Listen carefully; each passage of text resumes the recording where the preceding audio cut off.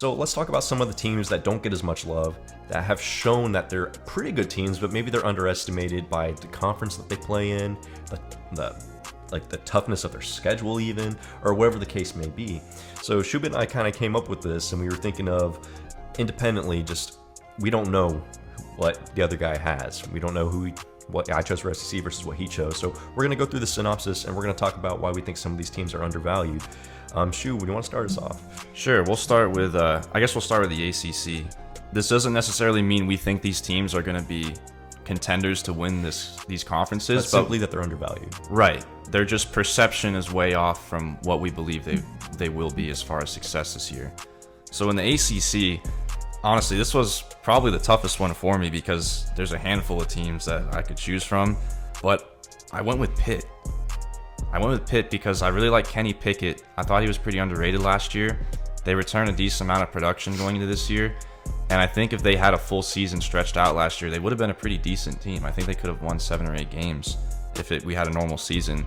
And they're not going to win the ACC, but I think they could finish a top 4 possibly team in the ACC this year. Pitt is always one of those programs that's very undervalued, and I think that's a very good pick because, they don't recruit at an elite level, but they always seem to be in that middle tier of the ACC, and every now and then they kind of, they flirt with being towards the top. Mm-hmm. So it's definitely a consistent program. I have a lot of respect for Pitt. My pick was a little more conservative, and my pick is not as much of an undervalue, but I think some people undervalue them because of their performance in last season, and I picked North Carolina because they went 8-4 last year when many expected them to do much better. So now I feel that because of that poor performance relative to what we were expecting from North Carolina, they may be undervalued going to this season. People may be saying, it's a good team, but they went 8-4, they went 8-4. But if you look at North Carolina's recruiting classes, I know they lost a lot of production this year. They certainly did the draft. They lost their running backs, the wide receivers, but you can't discount the fact that they have Sam Howell and top 15 recruiting classes in back-to-back-to-back years coming in. So North Carolina, by my estimation, is an undervalued program, especially in a conference that isn't really considered to be cream of the crop at this moment.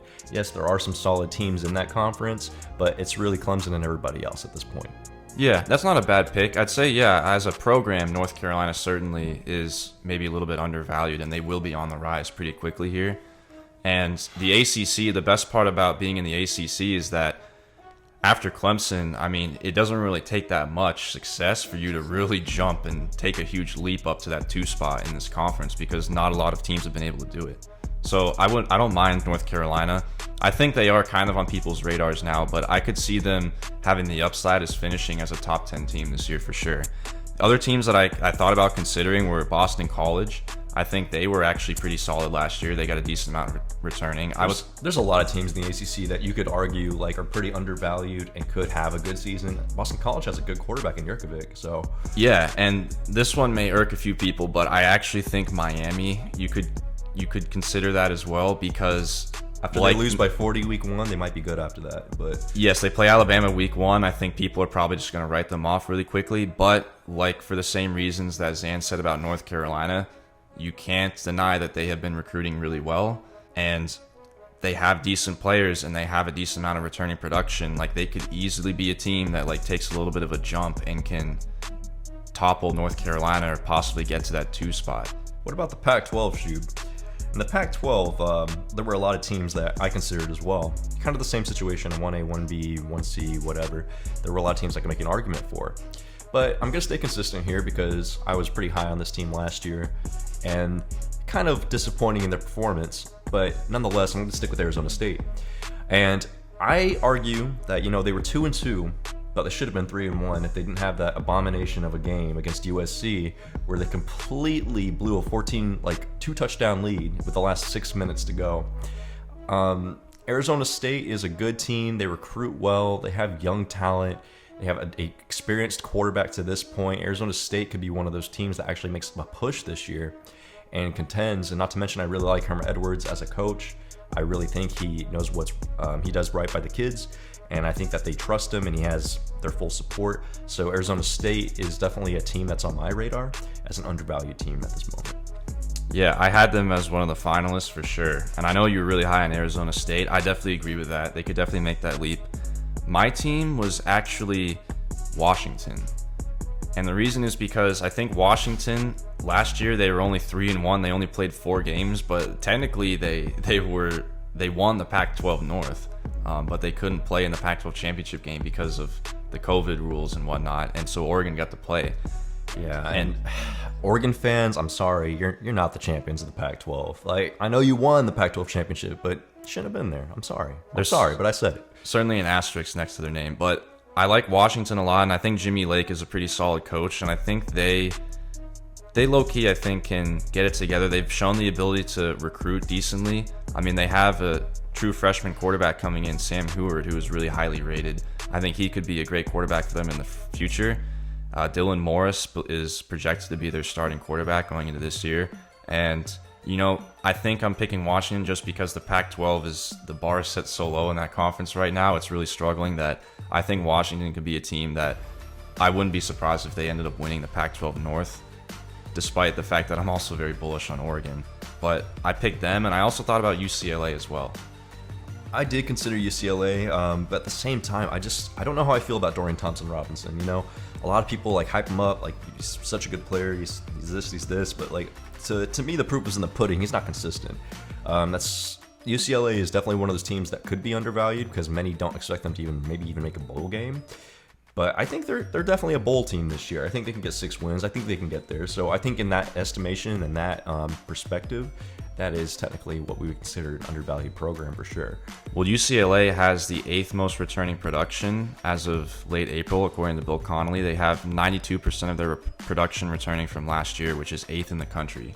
And returning production is actually one of the biggest things that we look for when it comes to success from the one season to the next. It's actually got a positive correlation when it comes to success. So I can definitely see why UCLA would be something that you flirt with there. Yeah, basically, if you have that much returning production from the previous season, it basically says it's way more likely than not that you're going to finish with a better record than you did last year. Maybe not a huge leap, but you're at least going to marginally improve.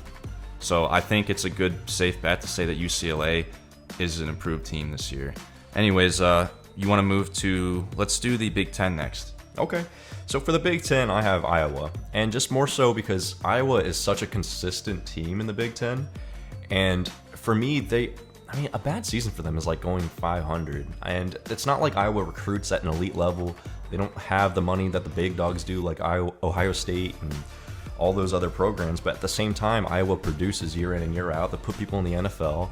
And it's just overall a very good school. And to me, I think they're very underestimated, not only like as a team moving into this year, but as a program as a whole. So I really have a lot of respect for Iowa, and that's a very good program, and that's my pick. That's a good pick. So I was 1A, 1B, and I had Iowa as my 1B, but my 1A is Wisconsin. And honestly, for pretty much almost all the same reasons as Iowa, Wisconsin could be pretty good, and I think they were sort of robbed last year of having the chance to capitalize on being the winners of the Big Ten West because they had mega COVID issues. That was a team that completely just derailed after they lost to Northwestern, and that was a team that I legitimately, this sounds crazy, but at one point I legitimately thought that they could have made the college football playoff last year at one point because that's how bullish I was on them. And I think now that we have a normal season and it's stretched out and normalized, I think Wisconsin has a chance to very much win the Big Ten West and maybe challenge Ohio State. Quite possibly, especially if Graham Mertz takes a leap. And, you know, Wisconsin always has a good and respectable defense. They always seem to do pretty well in containing Ohio State defensively. So it'll be interesting to watch. Now, let's move on to the SEC, Shoob.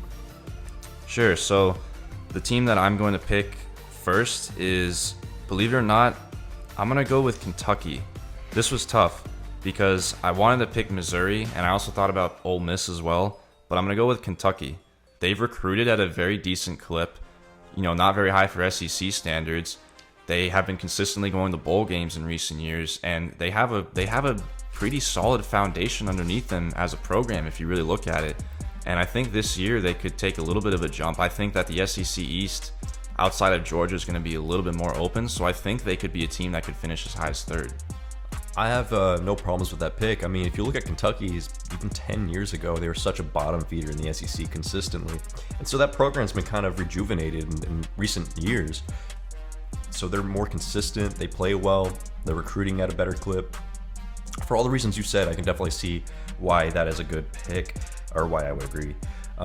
My pick is Ole Miss, and more so because I think Lane Kiffin is doing a pretty good job over there. He's definitely someone who knows he has an offensive mind. We'll say that. He's revitalized Matt Corral's career, made Matt Corral into a very respectable looking quarterback, and they almost beat Alabama.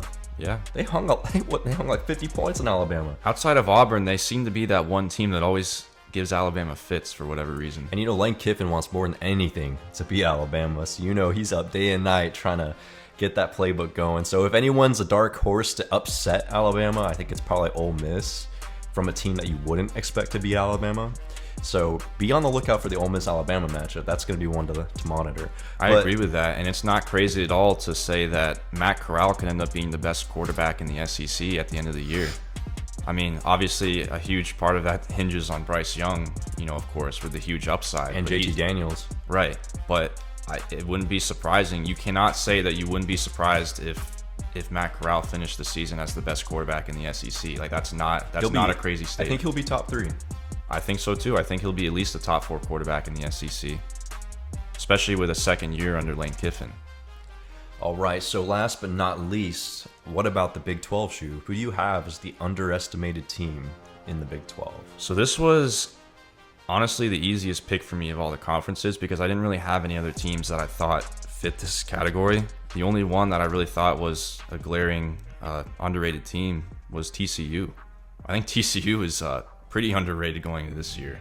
I think TCU good enough finishing better than Iowa State, as crazy as that sounds, if things bounce their way.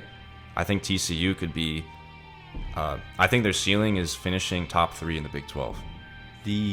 For TCU, it entirely hinges on Max Duggan and those transfers that they got, because I'll say this, TCU in the last couple of years has been struggling to recruit, but they have been nailing it in the transfer market by getting a bunch of former 5-stars, former guys who were studs at other programs who are coming in to rejuvenate the program. We've talked a little bit about this in past podcasts.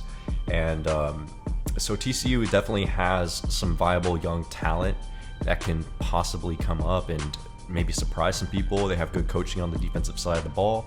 They did lose some of their best players on the defensive side of the ball, but it'll be interesting to see what they can do with everyone that they're bringing in. So TCU is certainly an interesting team to look at. I actually chose Texas, and because they're such an underachieving, quote-unquote, blue blood program in recent years, I feel like they're very undervalued. I mean, they're the butt of many jokes when it comes to, like, we're back, and Texas hasn't really been back since, the 2000s, really. That's when Texas was last relevant. And so now we see Sarkisian come in, and I actually have this feeling, I don't have any physical evidence or data to support this, but just I have a gut feeling that Sark is actually going to do something there in Austin, and they're going to get some things together, and they're going to improve and actually challenge OU for the conference in the coming years. It may not be this year because it's his first year, but Texas certainly recruits at a high enough level to challenge OU. They have the resources that OU has financially. It's going to be interesting. I think the Big 12 is going to go back to an OU-Texas race.